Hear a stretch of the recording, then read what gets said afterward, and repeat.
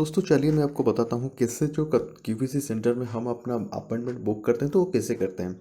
तो दोस्तों पहले तो हम ओपन कर लेते हैं, ऐसे क्यूबीसी का जो वेबसाइट होता है ऐसे ओपन कर लेते हैं। तो पहला तो इंटरफेस आएगा, ऐसे होगा।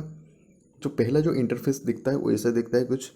पहले अपनी लैंग्वेज सिलेक्शन कर देना है, क्या लैंग्वेज हमें, पहले लैंग्वेज सिलेक्शन कर देना है। हमें जो भी लैंग्वेज हमें ईजी होगा समझने के लिए।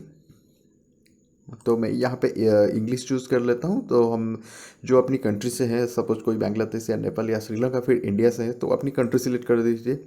मैं यहाँ पे अपना जो क्लाइंट है वो इंडिया से बिलोंग करता है, तो यहाँ पे मैं डेफिनेटली इंडिया सेलेक्ट करूँगा। तो सिलेक्शन करने के बाद ये कुछ ऐसे ही आएगा इंटरफेस, देख लीजिए। तो हमें क्या करना है, हमें बुक अपॉइंटमेंट, यहाँ पे अपॉइंटमेंट बुक करना है। यहाँ पे जब अपॉइंटमेंट बुक करेंगे तो अपॉइंटमेंट बुक होने के बाद हम अपना जो सारा जो चीज़ है हम ट्रैक कर पाएंगे। तो मैं बताऊंगा क्यूवीसी लेटर आने के बाद कैसे हमें ट्रैक करते हैं। तो ठीक है, पहले हम बुक करते हैं अपॉइंटमेंट कैसे बुक कर लेते हैं, मैं आपको दिखा देता हूँ। तो दोस्तों जब हम बुक अपॉइंटमेंट के ऊपर क्लिक करते हैं, कुछ ऐसा इंटरफेस आपको खुलेगा जहाँ की आपको यहाँ पे देख लीजिए passport number, visa number and यह कैप्चा कोड फिलअप करने के बाद आपको सबमिट मारना है। तो दोस्तों आपका जो वीज़ा नंबर होता है वो पहले आपकी कंपनी ने आपको दिया हुआ होता है बाय मेल या फिर बाय मैसेज, कहीं भी आपको एक वीज़ा नंबर दिया जाता है। आपकी पासपोर्ट नंबर या इस पे आपकी पासपोर्ट खुद का जो पासपोर्ट पे नंबर है वो यहाँ पे डालते हैं और वीज़ा नंबर यहाँ पे डालते हैं। तो मैं डाल के दिखा देता हूँ हमारे क्लाइंट का। तो दोस्तों पासपोर्ट नंबर जो है यहाँ पे है पी देन 6594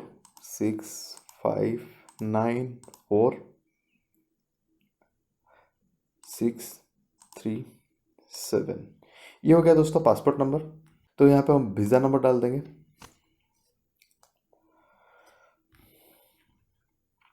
382021221542।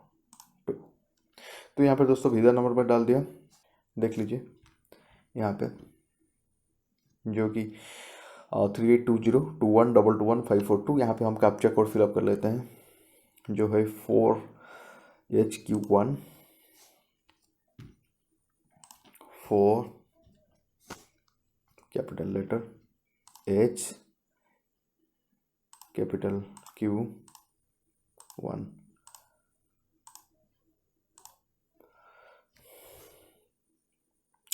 तो उसको हम सबमिट कर देना है। तो दोस्तों यहाँ पे ध्यान दीजिएगा, अगर आपका वीज़ा नंबर सही हो तो आपका डिटेल्स यहाँ पे शो करेगा। आप खुद से देख लीजिए। मैं पहले दिखा देता हूँ। मैं सिर्फ आपके सामने क्या डाला, सिर्फ पासपोर्ट नंबर डाला। ये मेरे को पता है, मेरे क्लाइंट का नंबर डिटेल्स आपको नहीं पता है। यहाँ पे मैं क्या पासपोर्ट नंबर यहाँ पे डाला और मेरे क्लाइंट का यहाँ पे वीज़ा नंबर डाला, राइट।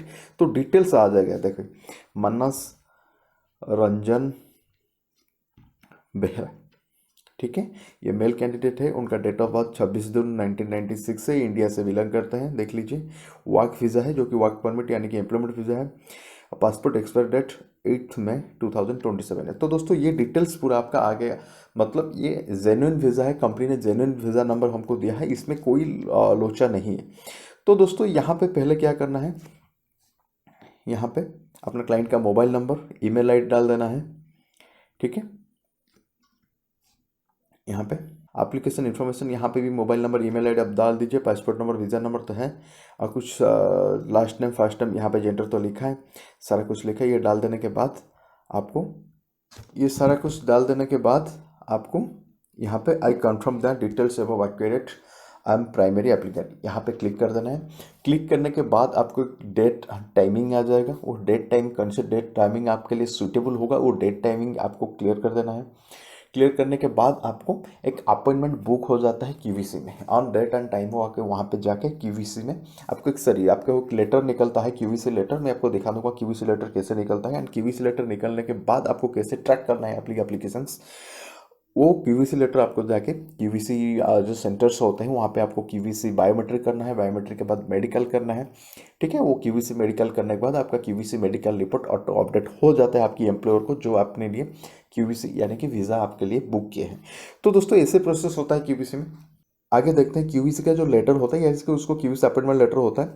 क्यूवीसी अपॉइंटमेंट लेटर कैसा दिखता है मैं आपको दिखाता हूँ, और क्यूवीसी अपॉइंटमेंट लेटर को आप कैसे ट्रैक कर सकते हो आपको मैं डिटेल्स आपको बताता हूँ।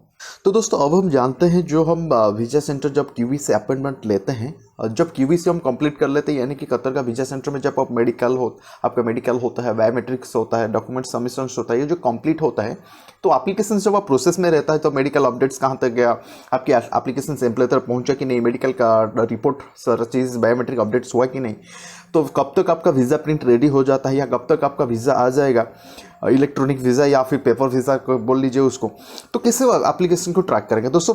तो चलिए स्क्रीन पर देख लेते, पहले वही होम पेज में आ जाता है, जैसे क्यूवीसी हम एप्लीकेशन बुक किए थे तो उसे ही फिर से होम पेज पे आ जाना है। होम पेज में आने के बाद जैसे ही अपना लैंग्वेज हमें इंग्लिश या फिर आप जिसमें कंफर्टेबल है, आपका जो रीजनल लैंग्वेज आप हिंदी ले सकते हैं या फिर जो भी सारा लैंग्वेज मेंशन है आप उसी में चूज़ कर सकते हैं जो भी आप कंफर्टेबल है। तो हम इंग्लिश ले लेते हैं। इंग्लिश सिलेक्शन करने के बाद दोस्तों यहाँ से कंट्री सिलेक्शन कर देना है, जो कि मैं पहले से बोल चुका हूँ, जो मानस रंजन बेहरा है, जैसा मैं आपको देखा था, जो मेरा क्लाइंट इंडिया से बिलोंग करते हैं, तो यहाँ पे मैं डेफिनेटली इंडिया सिलेक्शन करने वाला हूँ।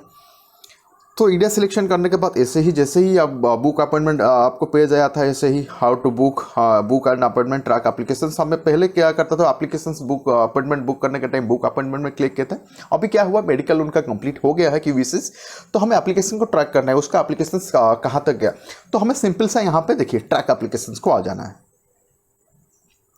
सेम चीज़ ट्रैक एप्लीकेशन को आ जाने के बाद आपका पासपोर्ट नंबर यहाँ पे फिलअप करना है, आपका वीज़ा नंबर, देन यहाँ पे आपका कैप्चा कोड फिलअप करने के बाद सबमिट कर देना है। ठीक है, तो हमें पहले यहाँ पे देख लीजिए, सबमिट करने के बाद यहाँ पे शायद आप गौर कीजिए, यहाँ पे देखिए मैं फिलअप नहीं किया हूँ तो ये एम्प्टीज है, तो application confirm, biometric enrolment complete, ये सब टिक आएगा। जो कंप्लीट होके आपकी एप्लीकेशन प्रोसेस धीरे धीरे होते जाएगा, ये टिक होते होते आएगा। Medical test complete, medical test status, result available with employ, ये फाइनल स्टेज ऑफ प्रोसेस होता है जब आप मेडिकल फिट हो जाते हो, बायोमेट्रिक कंप्लीट हो जाता है, तो जब आप रिजल्ट अवेलेबल विथ एम्प्लॉयर में टिक मार्क आ जाएगा, देन आप कंफर्म हो जाएगा, आपका वीज़ा इश्यूज हो चुका है, 1-2 दिन में आपके पास, आपकी कंपनी हो, कोई एजेंसी हो, तो डायरेक्ट आपके साथ आपके पास भेज दिया जाएगा।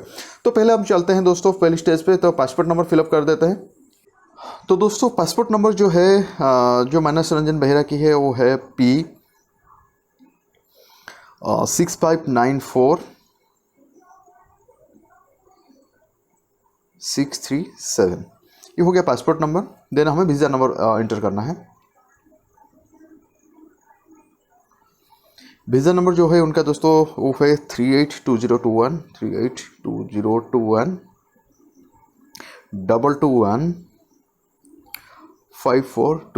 तो हमें वीज़ा नंबर एंट्री कर दिए। अभी हमने कैप्चा कोड फिलअप करना है, जो है कैपिटल लेटर DMOH, हमने कैप्चा कोड एंटर कर लिए। तो अभी हमें यहाँ पे देखिए ये पासपोर्ट नंबर, ये हो गया उनका वीज़ा नंबर,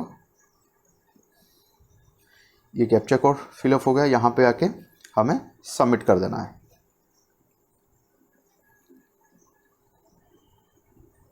तो दोस्तों देखिए पहले वो कोई ये जो बॉक्स था ये एम्प्टी था, अभी उनका कंप्लीट हो गया है, उनका एप्लीकेशन भी कंफर्म्ड हो गया है, उनका मेडिकल में जो बायोमेट्रिक होता है एनरोलमेंट वो भी कंप्लीट होता है, वो हो गया है। मेडिकल टेस्ट कंप्लीट, वो भी फिट हो गए हैं, टिक मतलब वो फिट हो गए हैं। मेडिकल रिपोर्ट सबमिटेड, वो भी हो गया है। रिजल्ट अवेलेबल विथ एम्प्लॉयर, वो भी रिजल्ट एम्प्लॉयर के पास, जो कि कतर क्लाइंट है उनका, जो कंपनी है तकीफ, उनके पास चला गया है। देखिए मैं डेट दिखा देता हूँ, ये थोड़ा प्रीवियस 2-3 दिन पहले उन्होंने किया था, तो वीडियो बनाने में 2-3 दिन टाइम लगा मुझे। तो ये देखिए 7 जुलाई को मेडिकल रिपोर्ट जो पेंडिंग पड़ा हुआ था वो ऑलरेडी कंप्लीट हो चुका है सारा चीज़। यहाँ पे देखिए मेडिकल सबमिट हो चुका है जुलाई 8 को, तो ये सारा चीज़ कंप्लीट हो चुका है, मतलब उनका वीज़ा अराइवल है, जो 1-2 दिन में उनको मिल जाएगा।